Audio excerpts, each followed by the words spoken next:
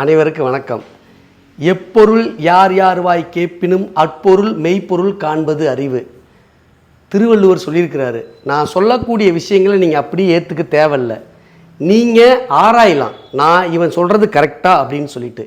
ஏன் கேட்டீங்க அப்படின்னு சொன்னால், கெட்ட விஷயங்களை சமூக வலைதளங்களில் அதிகமாக ரீச் ஆகுது, மக்கள்கிட்ட பிரபலமாகுது. ஆனால் நம்மளை மாதிரி நம்ம பாரம்பரிய எண்ணெய்கள் இன்னும் மக்கள் மத்தியில் ரீச் ஆகலை.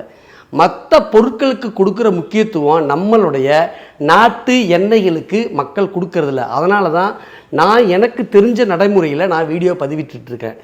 நான் சொல்கிறத சரியா தவறான்னு நீங்கள் ஆராயலாம், சரிங்களா? அதனால் நான் என்ன சொல்ல வரேன்னா, உங்கள் பக்கத்தில் உள்ள இளைஞர்கள், விவசாயிகள் யாரோ ஒருத்தர் எண்ணெய் ஆலை போட்டு ஆட்டினாங்கன்னா அவங்கக்கிட்ட எண்ணெய் வாங்குங்க, சரிங்களா? நன்றி.